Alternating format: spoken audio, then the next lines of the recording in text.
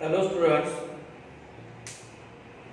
today we are going to discuss another protein energy malnutrition disorder that is called as the marasmus.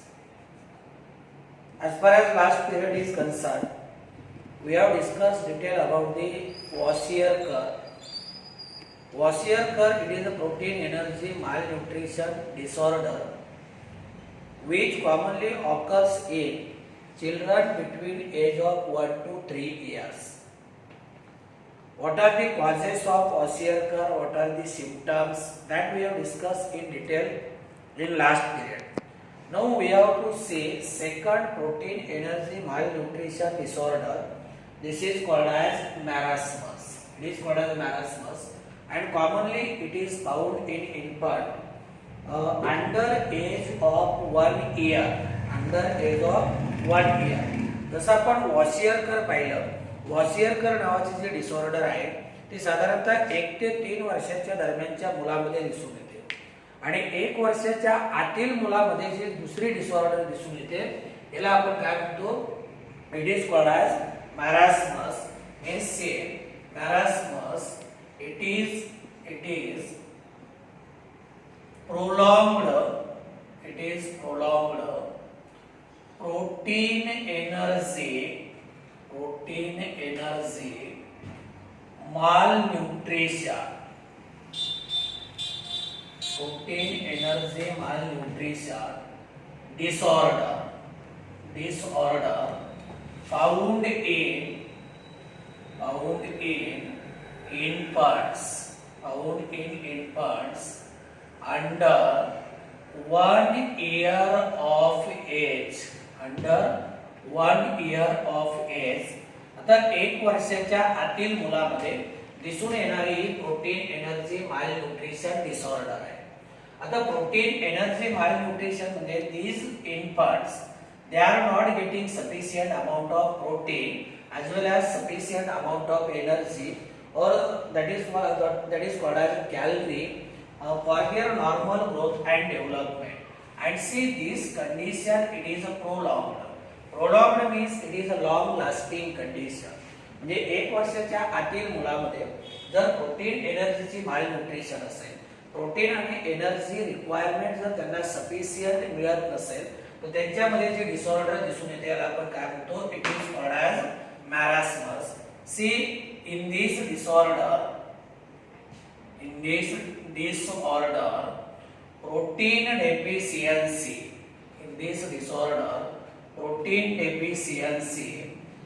is coupled with lower total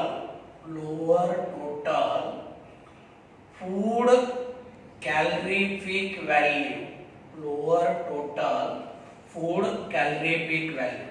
आता बघ, पहिला मुद्दा तुमच्या लक्षात आला की 1 वर्षाच्या आतील मुलामध्ये जर प्रोटीन आणि एनर्जीची रिक्वायरमेंट फुलफिल होत नसेल, पाहिजे त्या अमाउंट मध्ये त्यांना मिळत नसेल तर हे डिसऑर्डर होते. दुसरा पॉइंट काय सांगतोय की in this disorder protein deficiency is coupled with, म्हणजे such infants they are not getting sufficient amount of protein, and in addition to this or along with this they are also not getting required calorific value. म्हणजे एकतर protein deficiency आहे आणि जी काही त्यांच्या वयोमानानुसार लागणारी food calorie आहे ही food calorie सुद्धा काय होत नाही, त्यांना अवेलेबल होत नाही. म्हणजे या दोन्हीचा एकत्रित परिणाम, प्रोटीन डेफिशियन्सी आणि लोअर टोटल फूड कॅलरीफिक व्हॅल्यू दोन्हीचा एकत्रित परिणाम म्हणजे काय होते, यांच्यामध्ये ही डिसऑर्डर दिसून येते, त्याला आपण मॅरास्मस म्हणतो.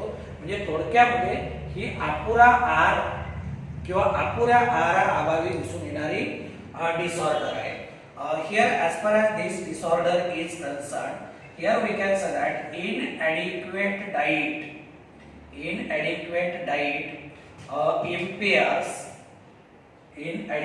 diet impairs physical growth and retards mental development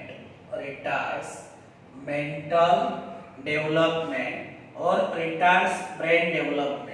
म्हणजे थोडक्यामध्ये जर अपुरा आहार असेल इनएडिक्वेट डाएट असेल तर त्याचा परिणाम काय होतो, it impairs physical growth and retards mental development. म्हणजे थोडक्यामध्ये शारीरिक आणि मानसिक वाढ जी आहे ती काय होते, यांची खुंटते. शारीरिक आणि मानसिक वाढ पूर्णपणे काय होते, खुंटते. Then see second one is subcutaneous fat disappears. Subcutaneous, cutaneous ही जी टर्म आली तर this one is related with skin. It is related with skin. जसं आपण क्युटॅनियस म्हणतो, क्युटॅनियस म्हणजे स्किन आणि सब मीन्स बिलो, म्हणजे स्किनच्या खालच्या बाजूला जो फॅट जमा झालाय हा फॅट सुद्धा काय होतो, डिसॅपियर होतो. म्हणजे अशी जी मुलं आहेत ती एकदम सडपातळ असतात. जर अपुरा आहार असेल तर त्याच्या अभावी काय काय होते बघा. पहिला मुद्दा आपण पाहिला, त्याची फिजिकल ग्रोथ आणि मेंटल ग्रोथ दोन्ही काय होतात, रिटार्ड होतात, दोन्ही अफेक्ट होतात. शारीरिक मानसिक वाढ खुंटते किंवा व्यवस्थित होत नाही. दुसरं, स्किनच्या खालच्या बाजूला जो फॅट डिपॉझिट झाला हा फॅट डिसॅपियर होतो. म्हणजे काय होते, ही मुलं एकदम सडपातळ होत आहेत. Then see next one, that is ribs becomes prominent. Ribs म्हणजे ज्याला आपण फासळ्या म्हणतो, याच्या फासळ्या आहेत ना पूर्णपणे काय होत आहेत, उघड्या पडत आहेत, म्हणजे निव्वळ हाडं दिसत आहेत. तर रिब्स बिकम प्रॉमिनंट म्हणजे फासळ्या पूर्णपणे काय होत आहेत, उघड्या पडत आहेत. Then see another point, that is limbs becomes thick. आता वॉशियरकर ज्याला आपण काल मागच्या तासाला बोलतो सुजवणे, इथं काय होते, हातपाय एकदम काडीसारखे होतात. लिम्स बिकम्स थिन म्हणजे पोरलिंब असतील, आयलिंब असतील, हातपाय एकदम काय होतात, थिन होतात. Then see next point, that is skin becomes thin, dry and wrinkle. त्वचा सुद्धा एकदम काय होते, थिन होते, कोरडी पडते पूर्णपणे, रिंकल म्हणजे याच्यावरती सुरकुत्या पडतात. आणि अशी मुलं सुद्धा काय होतात, एकदम म्हाताऱ्या माणसासारखी दिसतात, चेहऱ्यावरती सुरकुत्या पडतात. म्हणजे स्किन पूर्णपणे थिन होते, ड्राय होते, एकदम त्वचा कोरडी पडते आणि त्याच्यावरती सुरकुत्या पडतात. Skin become thin, dry and wrinkle. Then see next symptom, that is called as loss of weight. याचं जे वजन आहे हे वजन पूर्णपणे काय होते, कमी होते. आलं लक्षामध्ये, वजन पूर्णपणे कमी होते. Then see in addition to this, here we can say that digestion and absorption stops due to atrophy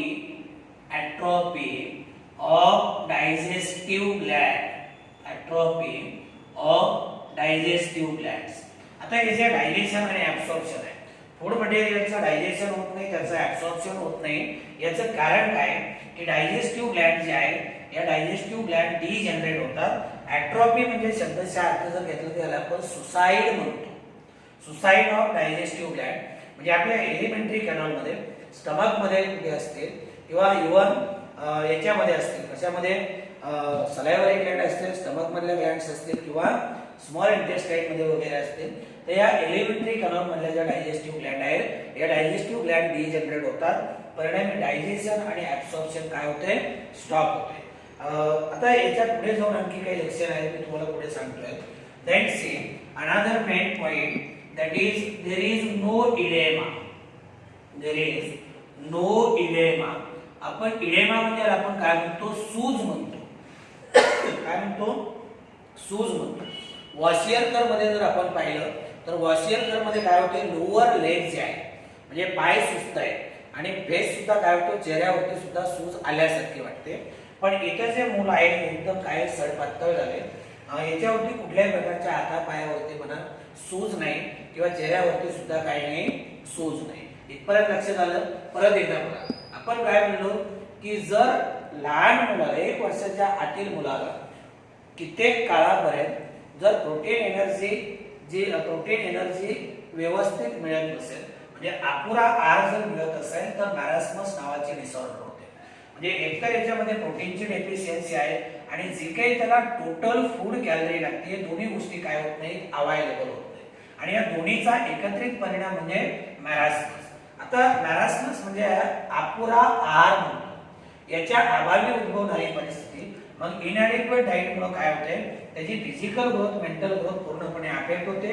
स्किनच्या खालच्या बाजूला फॅट जमा झालेला तो पूर्णपणे डिसॅपियर होतो. रॅपिड ऑक्सिडेशन होऊन रिब्स बिकम प्रॉमिनंट, असा पूर्णपणे काय होत आहे, उघड्या पडत आहे. लिम्स बिकम थिन, हातापायाच्या एकदम काळ्या होत आहेत. स्किन थिन, ड्राय, रिंकल. देन लॉस ऑफ वेट, याचं वजन कमी झाले.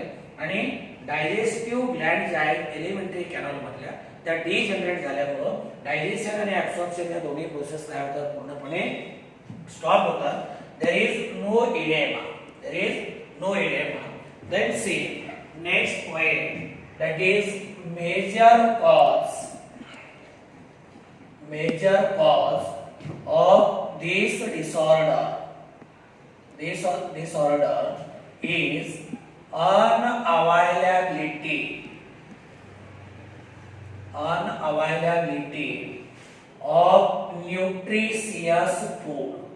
unavailability of nutritious food. म्हणजे त्याच्यामध्ये प्रोटीनची अमाउंट सफिशियंट असेल, ज्याच्यामधून त्याला कॅलरीफिक व्हॅल्यू मिळते. असं जे न्यूट्रिशियस फूड आहे ते काय होत नाही, या लहान मुलांना मिळत नाही. परिणामी काय होते, हे डिसऑर्डर डेव्हलप होते. म्हणजे मेजर कॉज आहे, major cause of marasmus is unavailability of nutritious food. In addition to this, the other causes, these are poverty. Then second one is large family size. In addition to this, there is ill spacing of children. Then there is another cause, that is early termination of breastfeeding.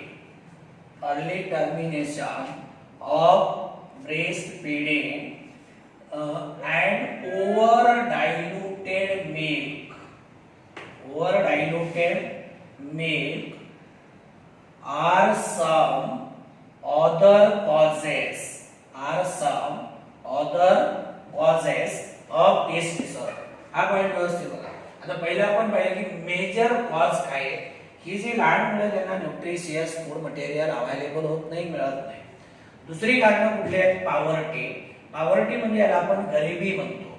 याच्यामुळे काय, protein rich diet म्हणा, हाय कॅलरीफिक value असणारं food material म्हणा, गरिबीमुळे आई वडील मुलांना काय करत नाही, देऊ शकत नाही. दुसरी गोष्ट आहे लार्ज फॅमिली साईज, कुटुंबाची साईज मोठी असणे. घरामध्ये मोठी माणसं जास्त आहेत, लहान मुलं जास्त आहेत. आता जर लहान मुलाचं प्रमाण घरामध्ये जास्त प्रमाणात असेल तर प्रत्येकाला न्यूट्रिशियस फूड मटेरियल सप्लाय करणं पॉसिबल नाही. हे एक मेन कारण आपल्याकडे आहे. Then see ill spacing of children म्हणजे दोन मुलांमध्ये जे अंतर आहे व्यवस्थित अंतर नसणे. आलं लक्षामध्ये. म्हणजे जसं मी मागच्या वर्षात सांगितलं होतं की लहान मूल उठून बसायला लागते का नाही तो दुसऱ्या मुलाचा जन्म होतो. मेडिकल फील्ड काय सांगते की दोन मुलांमध्ये कमीत कमी 3 ते 5 वर्षाचं अंतर असलं पाहिजे. आलं लक्षामध्ये. आपलं शासन सांगते की दुसरं मूल केव्हा, पहिलं शाळेत जाईल तेव्हा. दुसरं मूल केव्हा, पहिलं शाळेत जाईल तेव्हा. पण आपल्याकडे मात्र काय की याला सगळा हरताळ बसलाय. दे धनाधन वन्स मोर या पद्धतीने काय झाले, आपल्याकडचं पॉप्युलेशन वाढत चालले. म्हणजे दोन मुलांमध्ये काय नाही, अंतर नाही. इल स्पेसिंग ऑफ चिल्ड्रन म्हणजे पहिल्याची उपासमार होते तशी दुसऱ्याची सुद्धा काय होणार, उपासमार होणार. Then see early termination of breast feeding. आता बघा, जर समजा दोन मुलांमध्ये व्यवस्थित अंतर ठेवलं नाही, जर ती फिमेल दुसऱ्यांदा प्रेग्नंट असेल तर काय होते, ब्रेस्ट फीडिंग स्टॉप होते. ते लहान मुलाला अंगावरचं दूध पाजणं बंद केलं जातं. ते एक कारण झालं, early termination of breast feeding. दुसरी गोष्ट की समजा आईला एखादा आजार असेल आणि डॉक्टरांनी सांगितलं असेल की लहान मुलाला दूध पाजू नका, अशा वेळेस काय करावं लागतं, त्याला वरचं दूध द्यावं लागतं. किंवा दुर्दैवानं डिलिव्हरीमध्ये किंवा बाळंतपणामध्ये जर आईचा मृत्यू झाला असेल तर या तिन्ही गोष्टीमुळे there is early termination of breast feeding. आणि मग जेव्हा अर्ली टर्मिनेशन होईल तेव्हा आपण काय करतो, त्याला वरचं दूध देतो, म्हणजे जे गाई म्हशीचं दूध वगैरे देतो ते काय त्याच्यामध्ये परत पाणी टाकतो. अगोदरच ते ओव्हर डायल्युटेड आहे, परत त्याच्यामध्ये पाणी टाकतो आणि याच्यामध्ये एकतर काय त्याला जी काही रिक्वायरमेंट आहे ती याच्यामधून मिळत नाही आणि सगळ्यात महत्त्वाचं म्हणजे याला काय होते, वारंवार डिसेंट्री लागते. काय होते, वारंवार डिसेंट्री लागते. आणि आणखी एक महत्त्वाची गोष्ट आहे की याच्यामध्ये काय आहे की साधारणतः याला जो पूरक आहार दिला जातो, या पूरक आहारामध्ये न्यूट्रिशियस फूड मटेरियल आईच्या अज्ञानपणामुळे म्हणा, गरिबीमुळे म्हणा काय होत नाही, त्याला व्यवस्थितरित्या देता येत नाही. आणि मग जे काही दिलंय ते त्याला काय होत नाही, डायजेस्ट होत नाही, पचन व्यवस्थित होत नाही, ते पुन्हा पुन्हा काय करते, डिसेंट्री किंवा उलटीवाटी शरीराच्या बाहेर काढते. आणि अशी जी मुलं असतात नाही सारखी किरकिर करतात, रात्रीच्या यांना झोप व्यवस्थित लागत नाही, सारखी तोंडामध्ये बोटं घालतात आणि तोंडामध्ये बोटं घालण्याचं इंडिकेशन काय की त्याला भूक लागली, झोपेतून रात्रीच्याला उठतायत, किरकिर करतायत, सारखी रडत राहतायत. आणि सगळ्यात महत्वाचं म्हणजे ही जी लहान मुलं आहेत ना 1 वर्षाच्या आतील, यांच्यामध्ये डोक्यावरती केस कमी असतात. आपण वॉशियरकर मध्ये पाहिलं होतं की त्यांच्या डोक्यावरती जी केस आहे त्याचा कलर लाल होतो, इथं कलर वगैरे चेंज होत नाही, पण इथं काय होतं, डोक्यावरती केस एकदम कमी असतात आणि एकदा केस कापली तर लवकर काय होत नाही, केस उगवत नाही. कुणामध्ये, या मॅरास्मसमध्ये. तर ही बाकीची कारण आहे, पॉवर्टी असेल, लार्ज फॅमिली साईज असेल, 2 मुलांमध्ये कमी अंतर असेल, early termination of breast feeding असेल, म्हणजे लवकरच काय केलंय, आईचं दूध रिप्लेस केलंय. मी कारण सांगितली ना की का लहान मुलाला दूध पाजणं बंद केलं, त्याची कारण सांगितली. आणि मग त्याला रिप्लेसमेंट काय, over diluted milk. These are the some other causes. These are some other causes. Then see next point, that is because of malnutrition. Because of malnutrition, other infectious diseases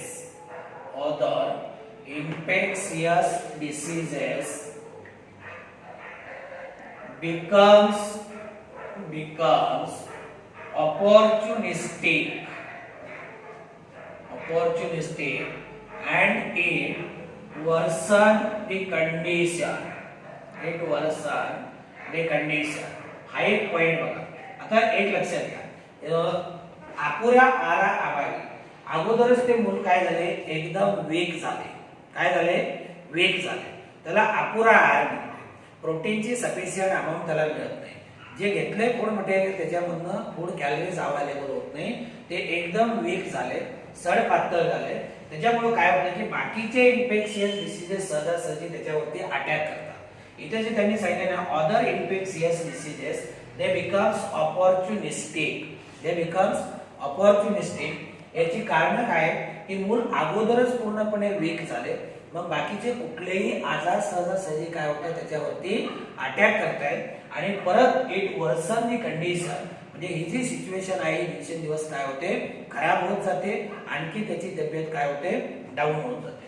तर काय होते, माल न्यूट्रिशन किंवा अपुऱ्या आहारामुळे ते मूल पूर्णपणे वीक झाले, त्याच्यामुळे बाकीचा कुठलाही आजार त्या मुलावरती सहजासहजी काय करतो, अटॅक करतो. म्हणजे ही जी सिच्युएशन आहे परत आणखी जास्त प्रमाणात काय होते, बिघडते.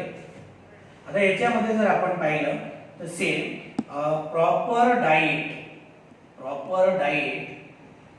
helps to reversal symptoms.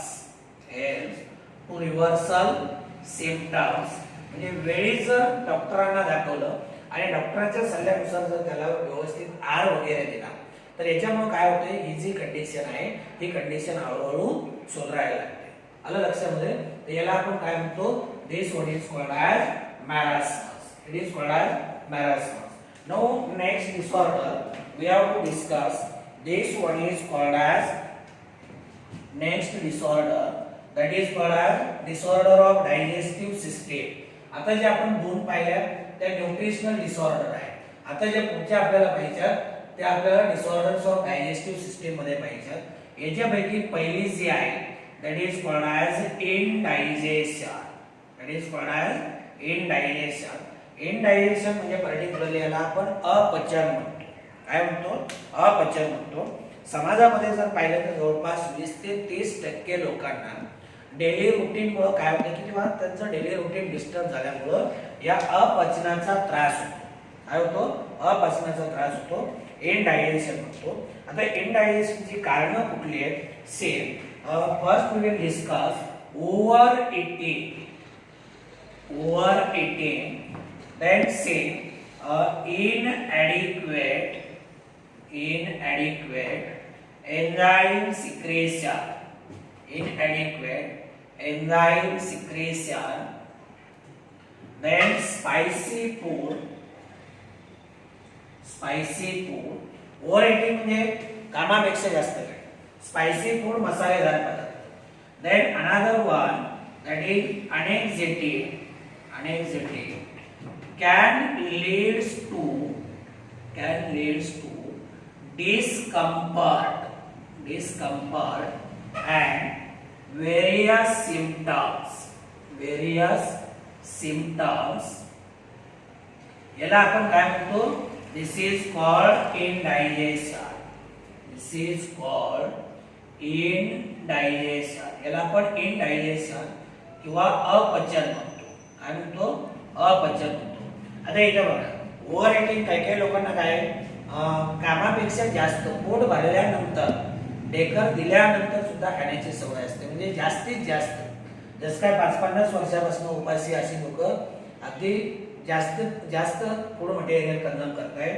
Over eating एन्झाईमचं secretion म्हणजे समजा आपल्या एलिमेंटरी कॅनॉल मधल्या वेगवेगळ्या ग्लँड्स असतील, वेगवेगळे पार्ट्स असतील, तिथून डायजेशन साठी लागणारे एन्झाईम जर कमी प्रमाणात सिक्रेट झाले, इनएडिक्वेट एन्झाईम सिक्रेशन, स्पायसी फूड म्हणजे एखादी व्यक्ती आहे शक्यतो काय करत नाही, समजा स्पायसी फूड वगैरे मसालेदार पदार्थ वगैरे खात नाही, तेलकट खात नाही. कधी जर अचानक एखाद्या वेळेस तशी परिस्थिती उद्भवली, त्यांना स्पायसी फूड मटेरियल वगैरे घेतलं असेल तर इनडायजेशन होते. अनेक्झिटी असेल, अनेक्झिटी म्हणजे याला आपण काळजी किंवा चिंता म्हणतो, याच्यामुळे सुद्धा इनडायजेशन होते. आता तुम्ही म्हणाल अनेक्झिटीचा आणि इनडायजेशनचा संबंध काय? तर संबंध आहे. कसा? अनेक्झिटीमुळे काय होत नाही, त्या व्यक्तीची झोप पुरेशी होत नाही. काय होत नाही? झोप पुरेशी होत नाही, याच्यामुळे इनडायजेशन होते. म्हणजे अनेक्झिटी असेल, इनएडिक्वेट एन्झाईम सिक्रेशन असेल, ओव्हर इटिंग असेल, स्पायसी फूड असेल, याच्यामुळे काय होतं की व्यक्ती डिस्कम्फर्ट होते, ती व्यक्ती वेगवेगळी लक्षणं दाखवते. म्हणजे याला आपण काय म्हणतो? It is called as indigestion. In addition to this, here we can say that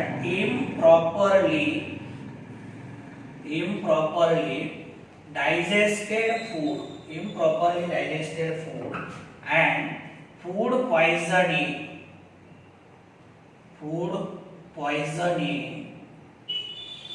also causes indigestion. म्हणजे फूड मटेरियलचं जर डायजेशन प्रॉपर झालं नाही किंवा फूड पॉइझनिंग असेल, याला आपण अन्नातील विष बाधा वगैरे म्हणतो. तुम्ही पेपरला वाचता का नाही की अमुक एका गावामध्ये भंडाऱ्याच्या कार्यक्रमामध्ये जेवल्यामुळे 50 लोकांना 100 लोकांना विष बाधा झाली. म्हणजे ही जी फूड पॉइझनिंग आहे, अन्नाची विष बाधा, म्हणजे शिळं अन्न खाल्ल्यामुळे असेल किंवा इम्प्रॉपरली कुक केल्यामुळे असेल किंवा ते कॉन्टॅमिनेट झाल्यामुळे असेल किंवा जसं की हाऊस पेस्ट आहे, कॉक्रोच असेल किंवा आपल्या घरामध्ये पाणी वगैरे असतात, याच्यामुळे काय होते? फूड पॉइझनिंग होते. फूड पॉइझनिंग असेल किंवा इम्प्रॉपर डायजेस्टेड फूड असेल तर याच्यामुळे सुद्धा काय होते? अन्नाचं पचन होत नाही. याला आपण काय म्हणतो? It is called as indigestion. आता इनडायजेशनची सिम्पटम्स कुठली आहेत हे आपल्याला पाहायचं आहे. तर C indigestion, it causes loss of appetite. Loss of appetite म्हणजे इथं भूक मंदावते, त्या व्यक्तीला काही खाऊ वाटत नाही. त्याला आपण काय म्हणतो? It is called loss of appetite. Then say acidity, यालाच आपण ऍसिड रिफ्लेक्स असं सुद्धा म्हणतो. ऍसिड रिफ्लक्स म्हणजे याच्यामध्ये काय होते? ऍसिडिटी म्हणजे त्याला आपण काय म्हणतो? ऍसिडिटी वाढते, त्या व्यक्तीमध्ये भूक मंदावते, ऍसिडिटी वाढते. Then see there is another symptom that is heartburn, जळजळ होणे आहे, heartburn. Then regurgitation, regurgitation म्हणजे एलिमेंटरी कॅनॉल मध्ये फूड मटेरियल उलट्या दिशेने येणं. काय होणे? उलट्या दिशेने. आपण जनरली गिळकी वगैरे म्हणतो. काय म्हणतो? गिळकी. हर्ट बर्न असेल, रिगरगिटेशन असेल, then dyspepsia.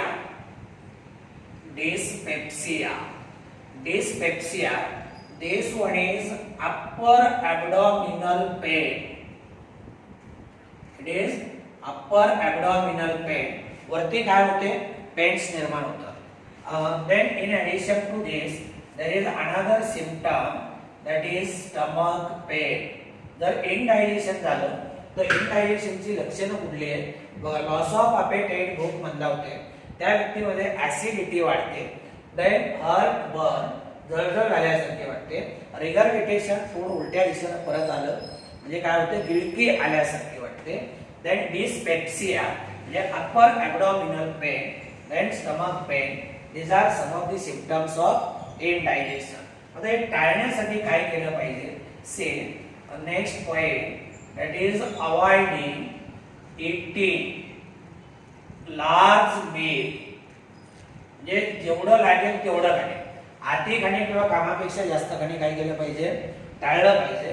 Avoid eating large meal. Then lying down after meal. काही काही लोकांना जेवलं का पटकन झोपायची सवय असते, ती टाळली पाहिजे. Lying down after meal. Then say आता जेवण केल्यानंतर ताबडतोब काय करता कामा नये? झोपता कामा नये. तर लार्ज मील अवॉइड केलं पाहिजे. जेवल्यानंतर ताबडतोब न झोपणे. देन से स्पायसी, ऑइली, जंक फूड म्हणजे हे सुद्धा काय केलं पाहिजे? टाळलं पाहिजे. देन स्मोकिंग विथ बीडीज और सिगारेट, याचे प्रमाण काय केलं पाहिजे? धूम्रपान अवॉइड केलं पाहिजे. Smoking. Then alcohol are preventive measures for indigestion. म्हणजे जर ही सिच्युएशन अवॉइड करायची असेल तर काय केलं पाहिजे? लार्ज किंवा हेवी मील अवॉइड केलं पाहिजे. Should not lie down after meal. Then avoid spicy, oily, junk food हे टाळलं पाहिजे. स्मोकिंग टाळलं पाहिजे विथ बीडीज और cigarette. Consumption of ethyl alcohol, दारू टाळली पाहिजे. These are some of the control measures for indigestion. So this is about next disorder, that is indigestion. After indigestion, there comes another disorder which is related with digestive system, that is called as constipation. आता एक लक्षात घ्या, constipation आणि दुसरे एक आपल्याला disorder पाहिजे diarrhoea. डायरियामध्ये काय होते? लूज मोशन होतं. ती व्यक्ती पुन्हा पुन्हा टॉयलेटला जाऊन येते. दिवसातून कमीत कमी 3 पेक्षा जास्त वेळा. आणि इथं आठवड्यातून एकदा पोट साफ होण्याची मारामार आहे. आलं लक्षामध्ये? आठवड्यातून एकदा म्हणजे इथं लवकर पोट साफ होत नाही. आलं लक्षात? ती व्यक्ती टॉयलेटमध्ये तासभर बसू द्या, 2 तास बसू द्या, त्याला सॅटिस्फॅक्शन नाही. सॅटिस्फॅक्शन म्हणजे या अर्थाने म्हणतो की जे काही अनडायजेस्टेड आहे ते त्याच्या शरीरामध्ये काय होत नाही? बाहेर जात नाही. आणि लूज मोशन मध्ये किंवा डायरियामध्ये ते थांबत नाही. म्हणून कधी कधी मी गमतीने म्हणत असतो की टाइमाचं महत्व त्यालाच जो आतमध्ये बसलाय त्याला कॉन्स्टिपेशन आहे, आणि जो बाहेर टॉयलेटच्या उभा राहिलाय त्याला डायरिया आहे. कारण बाहेरच्याला दम निघत नाही आणि आतल्याला पोट साफ होत नाही. या दोघांनाच काय आहे? ते बाहेर उभा राहिला त्याला टाइमाचं महत्व. जाऊ द्या, गमतीचा भाग सोडून द्या. तर कॉन्स्टिपेशन, आता कॉन्स्टिपेशन म्हणजे इथे काय आहे की डिफेकेशनची जी फ्रिक्वेन्सी आहे ती काय होते? रेड्यूस होते. आलं लक्षामध्ये? म्हणजे जनरली आपण काय म्हणतो की एखादी व्यक्ती आठवड्यातून साधारणतः 3 वेळा तरी, काय म्हणतो मी, रोजच्या रोज नाही पण 3 वेळा जरी समजा टॉयलेटला जात असेल, त्याची काय होत असेल, त्याला आपण काय म्हणतो, पोट व्यवस्थित साफ होत असेल तर काय होते, ती नॉर्मल कंडिशन आहे. पण आठवड्यातून एकदा सुद्धा जर त्याचं पोट साफ होत नसेल व्यवस्थित किंवा आठवड्यातून एकदाच होत असेल तर ते मात्र काय आहे, कॉन्स्टिपेशन आहे. याला आपण मराठीमध्ये बद्धकोष्ठता म्हणतो किंवा हिंदीमध्ये तुम्ही त्याला कब्ज म्हणता. अरे कॉन्स्टिपेशन म्हणजे काय, से when the frequency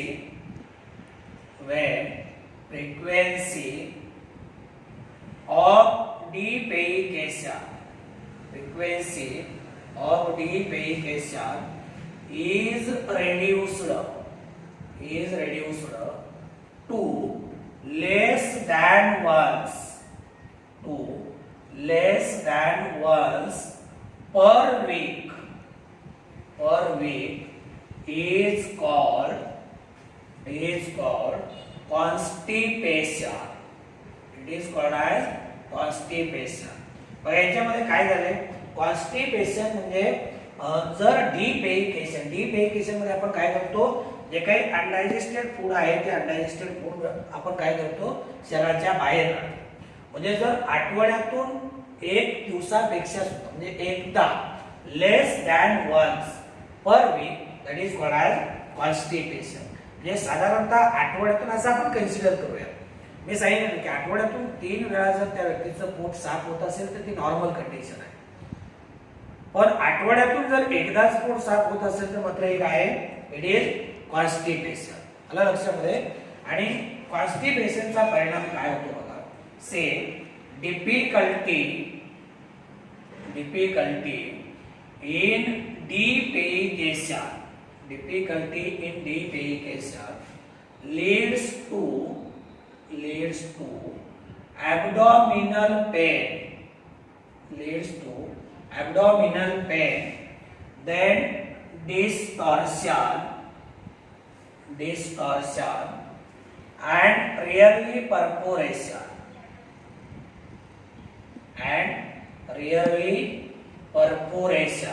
म्हणजे काय होते, याच्यामध्ये जो एलिमेंटरी कॅनॉल आहे या एलिमेंटरी कॅनॉल वरती सूज येते. आला लक्षामध्ये. कधी कधी इंटेस्टाईन मधनं ब्लिडिंग सुद्धा होतं. काय होतं, इंटेस्टाईन मधनं ब्लिडिंग होतं आणि हे जे ब्लड आहे हे काय होईल, व्हेइकल मॅटर मधनं बाहेर येईल. काय होईल, व्हेइकल मॅटर मधनं बाहेर येईल. आता कॉन्स्टिपेशनची कारणं वेगवेगळी आहे. काय, कॉन्स्टिपेशनची कारणं वेगवेगळी. आता मला सांगा, जर समजा ती व्यक्ती टॉयलेटला गेली, कित्येक दिवस त्या व्यक्तीचं पोट साफ झालं नाही, तर ती काय करणार, पोट साफ होण्यासाठी प्रयत्न करणार, पोट आतमध्ये खेचणार. आलं लक्षामध्ये.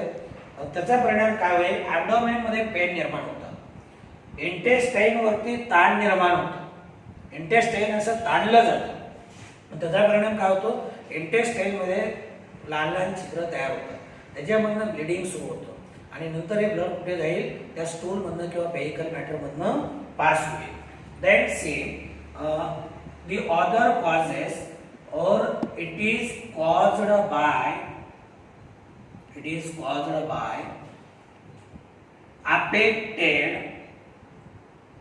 affected colonic mobility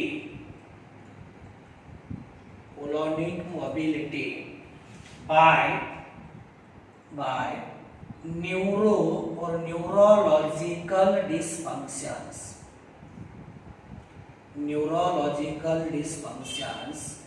like spinal cord injury.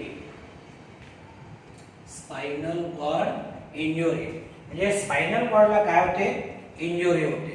Spinal cord injury झाली. Then say another point, that is low fiber diet.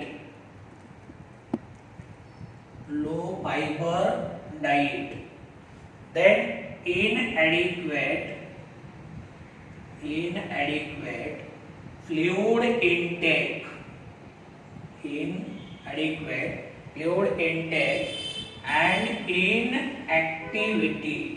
and inactivity. These are some other reason.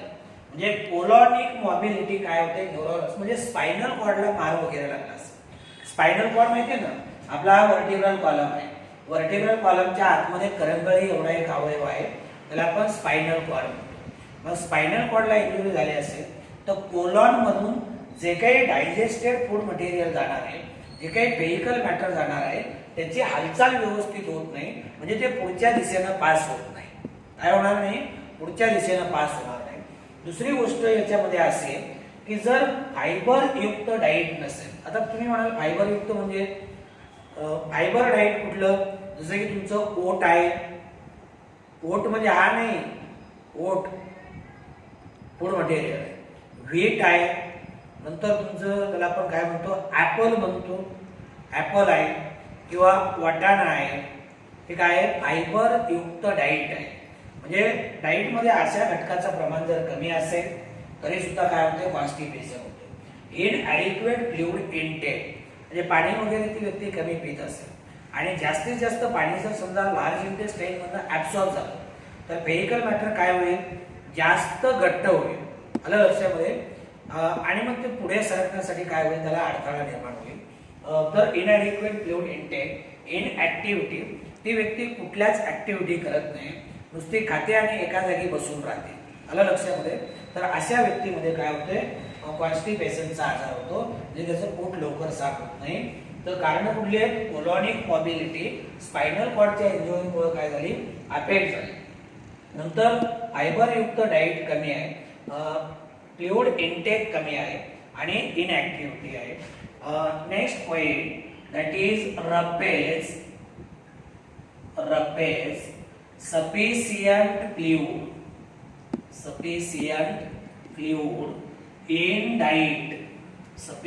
fluid in diet and exercise can improve this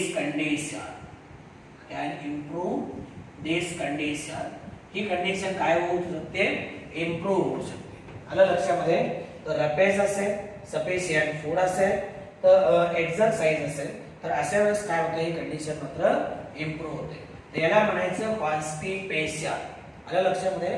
काय म्हणायचं याला constipation.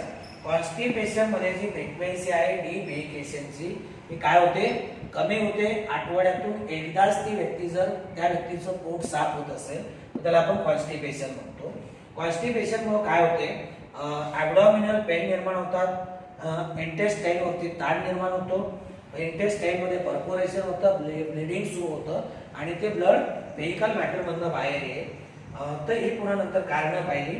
आणि रपेज म्हणजे ज्याच्यामध्ये समजा fibre युक्त आहार जर घेतला जे आता सांगितलं त्याच्या व्यतिरिक्त तुम्ही बनाना घ्या. काय बनाना असेल किंवा तुमचं ऑरेंज असेल असे जे फूड मटेरियल्स आहेत ते कंझ्युम करणे जे रपेज सफिशियंट फ्लुइड इनटेक आणि रोजच्या रोज एक्सरसाइज या सगळ्या गोष्टींमुळे आपल्याला काय करता येतं कॉन्स्टिपेशन अवॉइड करता येतं. आपल्या लक्षामध्ये कॉन्स्टिपेशन अवॉइड करता येतं. तर हे झालं कॉन्स्टिपेशन बद्दल.